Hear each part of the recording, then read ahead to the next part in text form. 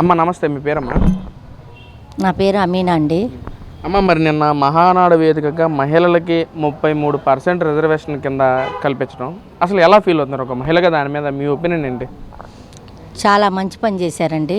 ఎందుకంటే ఆడవాళ్ళని గౌరవాన్ని పెంచారు. దానికి తగ్గట్టు ఆడవాళ్ళు కూడా బయటికి రాణించి ఒక ఉన్నత స్థానంలో నిలబెట్టారు నిన్న మహానాడు వేదికలో. ఎందుకంటే 33 రిజర్వేషన్ ఇచ్చినందుకు చాలా సంతోషంగా ఉంది. ఇంతకాలంలో మా ఊహ తెలిసిన కాడి నుంచి కూడా ఇలాంటి గౌరవం ఆడవాళ్ళకి దక్కిందంటే చాలా ఘనంగా ఉంది, మాకు గొప్పగా ఉంది, గర్వంగా కూడా ఉంది. ఎందుకంటే నారా లోకేష్ గారు ఇలా నిర్ణయం తీసుకుంటంలో ఆయనకి పాదాభివందనాలు చేస్తున్నాము. చాలా బాగా మమ్మల్ని గుర్తించారు. గతంలో కూడా ఎన్టీ రామారావు గారు కూడా ఆడవాళ్ళనే గుర్తించారు. గతంలో కూడా నా చిన్నప్పుడు రామారావు గారు ఆడవాళ్ళకి సమాన హక్కులు, ఆడవాళ్ళని గౌరవించటం, ఒక లేడీస్ బస్సు ఎక్కితే, నా చిన్నతనంలో నా బస్సు ఎక్కితే ఎన్టీ రామారావు గారు ఆడపిల్లల్ని కూర్చోబెట్టాలి అని లెగిసి మమ్మల్ని కూర్చోబెట్టారు, కల్పించారు.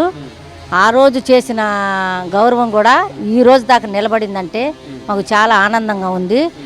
లోకేష్ బాబుకి ధన్యవాదాలు చెప్తున్నాము. ఎందుకంటే 99లో నారా చంద్రబాబు నాయుడు గారు పార్టీలో ఉన్నప్పుడు ఆడవాళ్ళకి ఇబ్బంది పడకుండా ఒక డ్వాక్రా గ్రూపు స్థాపించి, స్థాపించగానే కుట్టు మిషన్లని, బుట్టలు అల్లికని, అలాంటి మిషన్లు ఎంబ్రాయిడింగ్ అని చేసి ఆడవాళ్ళు బతుకోవాలి, ఆడవాళ్ళు కూడా గౌరవంగా ఉండాలి, మగవాళ్ళ మీద ఆధారపడకూడదు, ఆడవాళ్ళకి ఖర్చులు ఉంటాయి, పిల్లలు ఉంటారు, వాళ్ళ ఖర్చుల నిమిత్తం కూడా వాళ్ళు చూసుకోవాలని ఆ డ్వాక్రా గ్రూపులు పెట్టి ఉన్న స్థానంలో నిలబెట్టారు చంద్రబాబు నాయుడు గారు. ఆ రోజు కాడి నుంచి ఈ రోజుకు మాకు గౌరవం ఉంది. కానీ బాగా గొప్ప విషయం ఏంటంటే నారా లోకేష్ బాబు గారు నిన్న ప్రకటించడంతో ఇంకా మాకు ఉత్సాహంగా, చాలా గౌరవంగా, ఆనందంగా ఉంది. ఇదే విషయం మహిళలందరికీ ఉపయోగపడుతుంటారు ఈ 33% రిజర్వేషన్ అనేది. చాలా బాగా అండి. ఎందుకంటే ఇప్పుడు దాకా మగళ్ళు మంత్రులు అయ్యారు, ఎమ్మెల్యేలు అయ్యారు, కార్పొరేటర్లు అయ్యారు, అన్నీ అయ్యారు. ఈరోజు నారా లోకేష్ గారు ఆ స్థానం ఆ గౌరవం మహిళలకు కూడా దక్కాలి అనే ఒక నిర్ణయం తీసుకొని 33% రిజర్వేషన్ ఇచ్చినందుకు ఆయన ధన్యవాదాలు చెప్తున్నాం. అమ్మ నమస్తే, మీ పేరమ్మా? గుడివాడ వరలక్ష్మి అండి. వరలక్ష్మి గారు ఏం చేస్తారండి? నేనా బిజినెస్ అండి. Fish business. మరి నిన్న మహానాడు వేదికగా మహిళలకి 33% రిజర్వేషన్ కల్పిస్తాం అని చెప్పి ఒక తీర్మానం చేశారు టీడీపీ ప్రభుత్వం వాళ్ళు. ఏంటమ్మా అసలు మహిళగా దాని మీద మీ ఒపీనియన్ ఏంటి అసలు? నిన్న ఎప్పుడు మహానాడు అంటే ఎక్కడో హైదరాబాద్లో అలా, ఇక్కడ నెల్లూరులో అలా జరిగేది. ప్రతి ఒక్క అంటే వెళ్ళేవాళ్ళం, ఒక 50 మంది 100 మంది డివిజన్ తరపుగా వెళ్ళేవాళ్ళు. అలా కాకుండా డిజిటల్ పెట్టి మాకు ఎంతో ఇంట్లో మహానాడు చేసుకున్నట్టుగా మేము ఇంట్లోని మహానాడు కార్యక్రమం చేసుకున్నాం. ఒక పండగ రోజు మాకు నిన్న జరిగింది ఏంటంటే ఒక పండగ.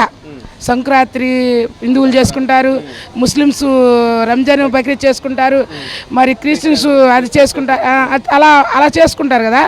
అలాంటి పండగ మాకు ఈ 2 రోజులు కూడా మాకు 5 రోజుల పండగలాగా అనిపించింది, 10 రోజుల పండగలా వచ్చింది. దాని మీద కూడా ఇప్పుడే కాదు సార్, ఇప్పుడు లోకేష్ బాబు చంద్రబాబు నాయుడు గారు 33% నిన్న చేసింది కాదు, మాకు ఆనాడు కూడా ఎన్టీ రామారావు చట్టసభల్లో ఆడవాళ్ళకి మాకు సగం ఇచ్చేశారు. అప్పటి నుంచి భరోసా ఇచ్చుకుంటూ మా మహిళలు ఎప్పుడు శక్తితో ఉన్నాం. అలా ఉండి ఎంతమందో మధ్యలో వచ్చిన వాళ్ళు అన్నగారి వేస్తారు, కానీ మహిళల్లో శక్తి అప్పుడే నింపేస్తుంది.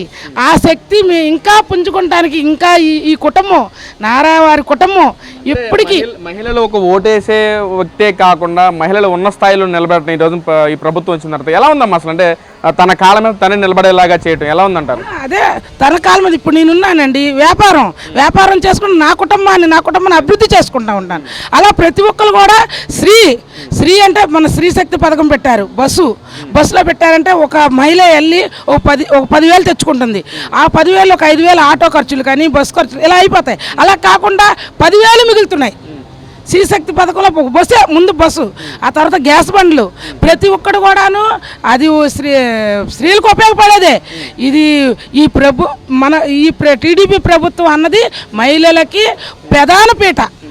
మరి మహిళలకి పెద్ద పెట్టేసిన పార్టీ ఏదంటే మీరేం చెప్తారు? ఒకవేళ వైసీపీ నాయకులు అంటున్నారు మరి మహిళా సాధికారత కోసం కృషి చేసిన ప్రభుత్వం మాది, మహిళలకి పెద్ద పెట్టేసిన ప్రభుత్వం మాది అని చెప్పి వైసీపీ నాయకులు మాట్లాడతారు. అసలు మీ ఒపీనియన్ ఏంటి అసలు? అదేనండి, అక్కడేమో ముక్కాయన పోయాడు, ఇక్కడ తిక్కాయన పోయాడు, అక్కడ ముక్కాయన పోయాడు, ఇక్కడ తిక్కాయన పోయాడు. ఇంకా దాని గురించి మనం అనాల్సిన అవసరం లేదు. వాళ్ళు వ్యర్థం అనుకున్నా సరే వాళ్ళ గురించి ఆలోచించటమే ఒక వ్యర్థం. వాళ్ళు ఆలోచనలోకి వస్తే ఏదో ఒకటి సాతాను వచ్చి చూడు, సైతాను అట్లా ఆలోచనలోకి వాళ్ళు తెచ్చుకోవటమే తప్ప. 2029లో మేమే గెలుస్తాము, మహిళలందరూ మా పక్షాన ఉన్నారు, మహిళలు ఓటేసి గెలిపిస్తారంటున్నారు కదా మరి వాళ్ళు. భూతాలతో మాట్లాడుకున్న వాళ్ళు మంచోళ్ళు ఎలా మాట్లాడతామండి? భూతాలతో ఆయన మాట్లాడుకోవాలి వెళ్ళిపోయి. ఆయన వచ్చి ప్రజల్లోకి ఒకసారి మాట్లాడమని తెలుస్తుంది. భూతాలతో ఆయన మాట్లాడుకోవటమే తప్ప ప్రజలైతే నిశ్చయంగా 100% 100% సంతోషంగా ఉన్నారు. మహిళలు సంతోషంగా ఉన్నారు, ప్రజలు సంతోషంగా ఉన్నారు. నువ్వు ఎక్కడో ఉంటే కాదండి, నువ్వు వచ్చి ప్రజల్లోకి వచ్చి అన్నా క్యాంటీన్లో అన్నం తినే వాళ్ళని అడిగితే చెప్తారు. అన్నం క్యాంటీన్లో అన్నం తినేవాళ్ళు వచ్చి అడుగుతారు, అన్నం మేము ఇలా తింటున్నాము రా, మాతో పాటుగా తిను, మాతో పాటుగా చెయ్యు అని అడుగుతారు. మహిళలు వచ్చి, కష్టపడే మహిళలు వచ్చి అన్న క్యాంటీన్ దగ్గర అన్నం తింటుంటే ప్రతి ఒక్కరు వాడు జెంట్స్ వాడు ఆటో డ్రైవర్లైనా సరే బయట తినాలంటే 100 రూపాయలు. అదే అదేనండి తీసేశారు. ఆయనకి గుడి బడి అలాంటి పడదు, మందు కొట్లు పడతాయి. బుడి బళ్ళు ఇలాంటి అన్నం పెట్టేవి అవి పడవు. అవి పడతాయి కాబట్టి ఆటకుని ఫోకస్ ఇస్తాడు, లోనుండి ఫోన్ నొక్కుంటా. కానీ అలా కాదు కదా, బయటకు వచ్చి ప్రజలు ఆయనకి ఇచ్చే సలహాదారులు వాళ్ళు ఉంటారు కదా, అవి తీసేయమని చెప్పగా నేను తీసేసుకుంటూ వెళ్తా ఉంటాడు. ఇదే మద్యం కుంభకోణంలో జగన్మోహన్ రెడ్డి గారు పిఏ ఎవరైతే ఉన్నారో నాగేశ్వరరావు, ఆయన ఈ రోజున సిట్టు విచారణలో తేలింది. అతను కూడా దీనిలో నిందితుడు, తన భార్య అకౌంట్లోకి కొన్ని వేల కోట్లు వచ్చినాయని చెప్పి సిట్టు విచారణ తేలింది. అమ్మ అసలు ఎలా చూడొచ్చు అంటారు?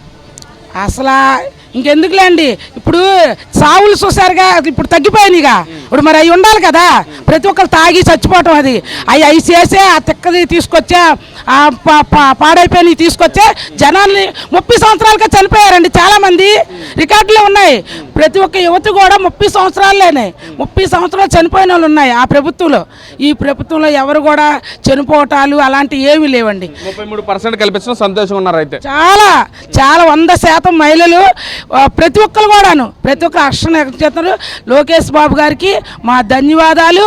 నారా చంద్రబాబు నాయుడుకి మా హౌస్లో ఒక వంతు ఆయనకిచ్చి ఇంకా మాకుండి ఇంకా డెవలప్మెంట్ చేస్తారు.